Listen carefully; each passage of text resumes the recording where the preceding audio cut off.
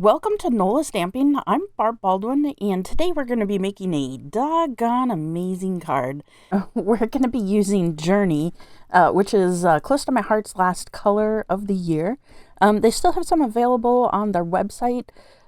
It's this really cool paper pack and the cardstock pack that comes also in that same colorway. Has like a whole bunch of like a sort of iridescent and UV things on it. But I'm just using the cardstock as a base for these cards.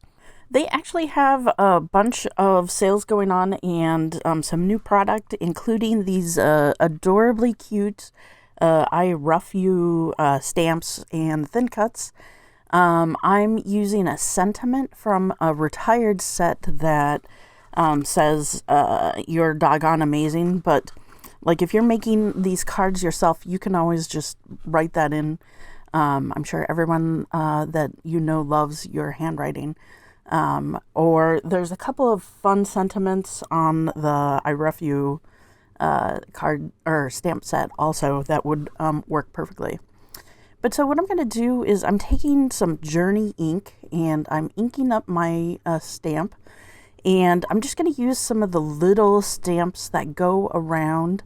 And I'm putting, like the world's best dog, a little bone, and a couple little paw prints on each side of this 2.5 inch by 2.5 inch white daisy piece of paper. And then I'm going to be using some Memento black ink. This is the first time that I'm using this stamp. And it's a cute little Corgi, so I know I'm going to be using it a lot. So I wanted to get anything that was on there off. So I just used a little eraser, and then I'm using the Memento ink and then stamping that up. It comes with like a coordinating thin cut.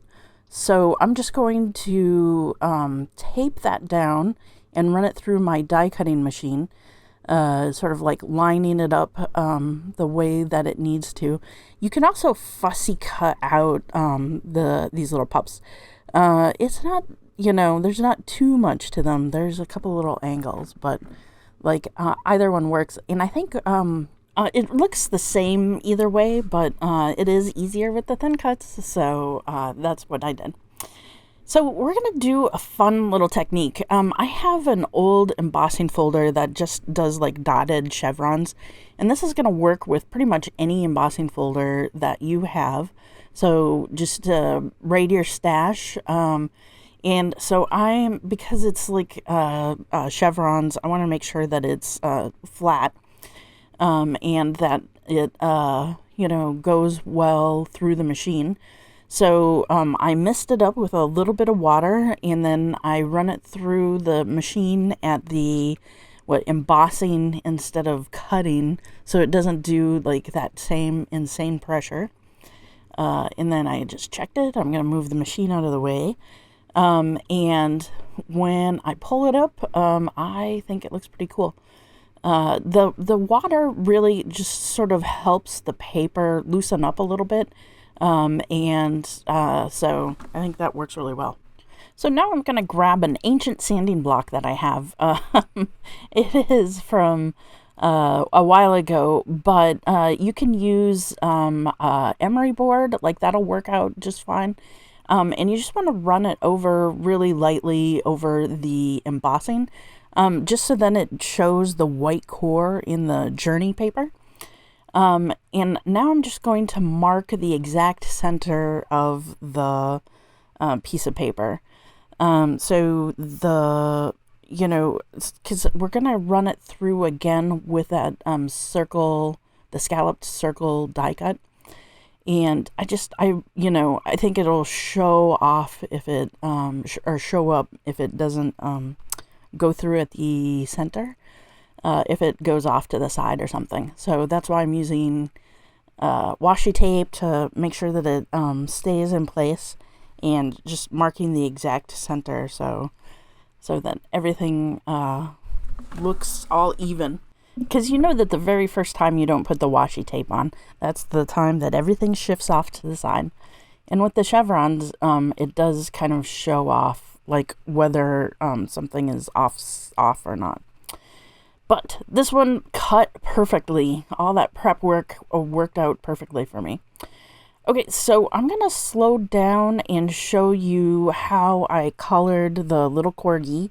I'm using the tri-blend markers from Spectrum Noir, and they come with like 3 different shades of the exact same color, and it just makes coloring so much easier because you don't have to remember a whole bunch of numbers and letters and find the right marker and stuff. So I'm using the light side of pink to do his little ears and tongue. And then I just used a little bit of the dark pink to do at the shadow of where the mouth is. And then I'm using a golden brown, golden brown shades.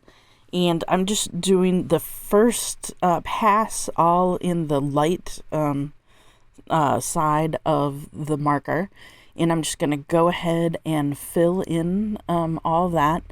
And then I'm just doing both of the little legs and his body. I don't know why I think the little Corgi's him could definitely be a little girl Corgi also.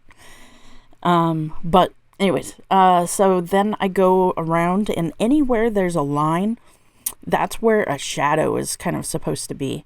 So I'm going in with the medium and the dark, and I'm just tracing along the line, and that just makes everything sort of like subtly pop out a bunch, like down on just the legs, and then I'm just sort of leaving the head the way that it was.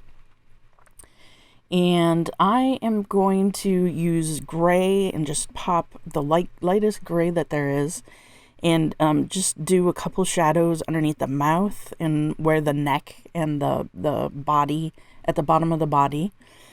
And then I'm going to take my black marker, my black journaling marker, and just sort of filling in the nose. And if I was going to leave the eyes, I would also do the eyes.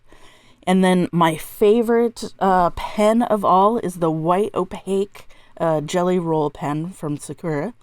And it makes it so that, like, if your marker sort of squishes over a little bit and it goes off of the line a little bit, like, you could use that white jelly roll pen to just fix any little tiny mistakes or any little thing that you have.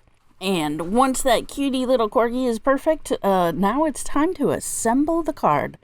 So I'm just going to grab all of my pieces. This card goes together so easily after you've done all the little prep work. So we're just going to grab the 2.5 inch White Daisy stamped piece, and we're going to put it on that Journey 2 3/4 inch just to give it a little bit of a frame. And then we're going to take the large piece of Journey that is 5.5 inches by 8.5 inches. And we're going to put the White Daisy as the interior sentiment card on the inside of the card.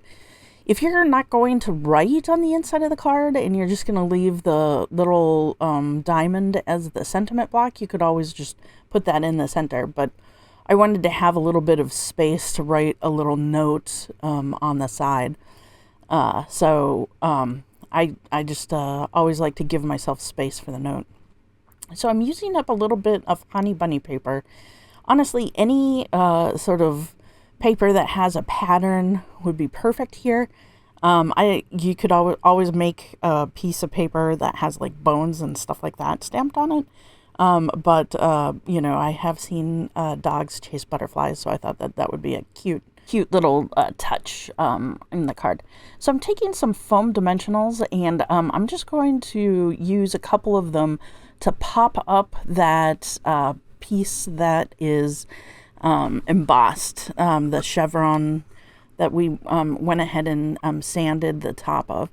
And we're just going to want to try and get that as centered as possible. So I was lining it up on my mat so that it would be as centered as possible. And I like popping the puppy up and out a little bit. So because I used one set of dimensionals on the Journey embossed piece, I'm going to use 2 dimensionals on the dog. So that'll pop it out just a little bit. So when this goes in the mail, like, you know, the foam compresses pretty well, but like you just want to be aware that it might make the envelope a little fussy. But it should be fine. And so then I'm just going to embellish the card with a couple of white enamel dots from my stash. And I'm taking, I have some liquid pearls that are like black opal. And so I just put a dot on top of the dog's eyes, just so then, you know, like they seem a little more lifelike. And then I just make sure to tap the back of the card and not touch those for about like 5 minutes or so.